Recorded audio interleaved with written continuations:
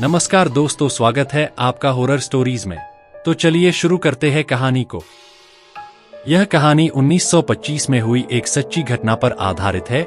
एक सुबह एंड्रिया नाम की एक औरत को खबर मिली कि उसके पिता के घर से गोली चलने की आवाज आई है। एंड्रिया और उसके पति जॉर्ज को यह खबर सुन के विश्वास ही नहीं हो रहा था। खबर मिलते ही वह दोनों उसके पिता के घर के लिए निकल गए।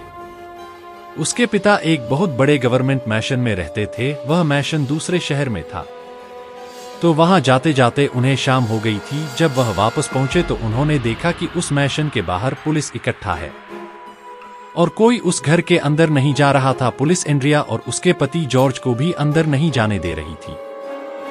पुलिस के मुताबिक उस घर में एक भूत था जो सालों बाद आजाद हो गया था। जब एंड्रिया ने पूरी बात पूछी तो उसे पता लगा कि कई साल पहले 18 साल का लड़का रहता था। वह एक लड़की से बहुत प्यार करता था, लेकिन उस लड़की ने उसके प्यार को ठुकरा दिया, जिसकी वजह से उसने खुद को गोली मारकर अपनी जान दे दी। तब से उसका भूत उसी मैशन में भटकने लगा। उसके बाद उस घर में रहने वाले सभी लोगों की अजीबोगरीब मौतें होने लगी। बहुत मुश्किल से उस लड़की की आत्मा को एक प्रीस्ट की मदद से एक कमरे में बंद कर दिया गया और उस कमरे को हमेशा के लिए लॉक कर दिया गया। लेकिन एंड्रिया के पिता, जिन्होंने हाल ही में उस मैंशन को खरीदा था, इन सब में नहीं मानते थे और उन्होंने उस घर को रिनोवेट कराने के चक्कर में उस कमरे का लॉक तोड़वाकर उसे खोल दिया और उस लड़के की भयानक आत्मा को आजाद कर दिया। पुलिस कहने लगी कि उस लड़के की आत्मा ने ही शायद एंड्रिया के पिता को मार दिया था और अब अगर कोई भी उस घर के अंदर जाएगा तो उस लड़के की आत्मा उसको भी मार डालेगी। पुलिस की ऐसी अंधविश्वासी बात को सुनते ही एंड्रिया और जॉर्ज दोनों ही बहुत गुस्से में आ गए और उन्होंने खुद अंदर जाने का फैसला किया। वह घर के अंदर गए, पर अपने पिता के कमरे में पहुंचते ही एंड्रिया फूट फूट कर रोने लगी, क्योंकि उसने वहां जमीन पर अपने पिता की लाश पड़ी देखी, जिनके सर पर एक गोली का निशान था। एंड्रिया ने जब आसपास देखा तो उसे जॉर्ज कहीं नहीं दिखा। वो जॉर्ज को वहां ना पाकर और ज्यादा घबरा गई। वह अपने पति जॉर्ज को चिल्लाकर बुलाने लगी, पर उसको कोई जवाब नहीं मिला। उस समय एंड्रिया को कुछ समझ नहीं आ रहा था कि वह क्या करे और वह डरी हुई वहीं खड़ी अपने पति को बुलाए जा रही थी कि तभी उसे एक अनजान इंसान की रोने की आवाज आई और फिर उसे अपने पति के रोने की आवाज आई। एंड्रिया भागकर अपने पति की आवाज के पीछे जा ही रही थी जब उसे फिर से गोली चलने की आवाज आई। एंड्रिया भागकर उस कमरे में पहुंची, पर वहां पहुंचकर उसके होश उड़ गए।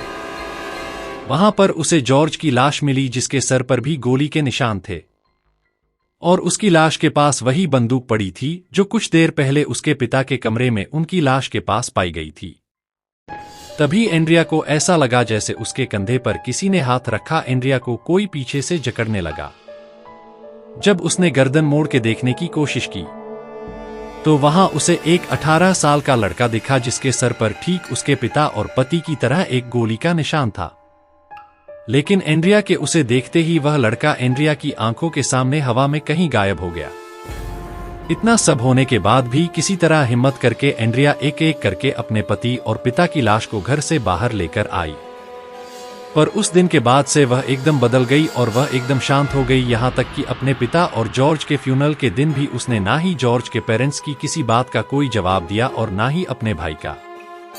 वह सदमे में जा चुकी थी। सब उसके लिए बहुत परेशान थे, पर किसी को भी नहीं पता था कि एंड्रिया खुद कितनी घबराई हुई थी, क्योंकि उसके पिता और पति की मौत के बाद से उसे हर जगह उसी 18 साल के लड़के की आत्मा दिखाई दे रही थी। वह किसी भी वक्त एंड्रिया के शरीर को जकड़ लेता था और उसके कान में एक ही चीज कहता रहता था कि वह उससे बहुत ज्यादा प्यार करने लगा है और अगर वह भी उसका प्यार ठुकरा देगी तो वह उसे भी मार डालेगा। एंड्रिया जहां जहां जाती उसे ही लड़का दिखाई देता जो उसे हर बार जकड़ लेता और एंड्रिया का शरीर बुरी तरह से जख्मी कर देता। डरी हुई और परेशान एंड्रिया साइकियाट्रिस्ट के पास भी गई, पर उसका भी कोई असर नहीं हुआ। एंड्रिया के शरीर पर रोज नील पड़े जा रहे थे। धीरे धीरे उसकी दिमागी हालत बद से बदतर होती जा रही थी।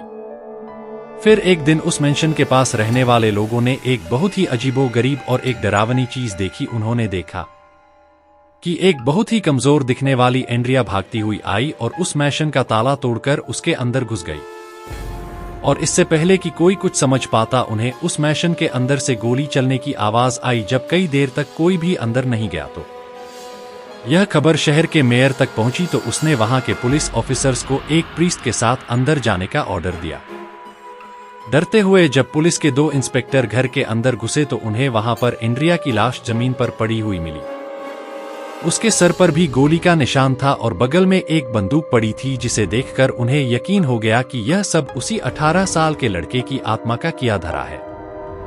इस इंसिडेंट के बाद उस मेंशन का एग्जॉस्ट को हमेशा के लिए बंद कर दिया गया। तो दोस्तों, वीडियो अच्छी लगी हो तो वीडियो पर लाइक और कमेंट जरूर करें और ऐसी हॉरर कहानी सुनने के लिए चैनल को सब्सक्राइब भी कर लेना।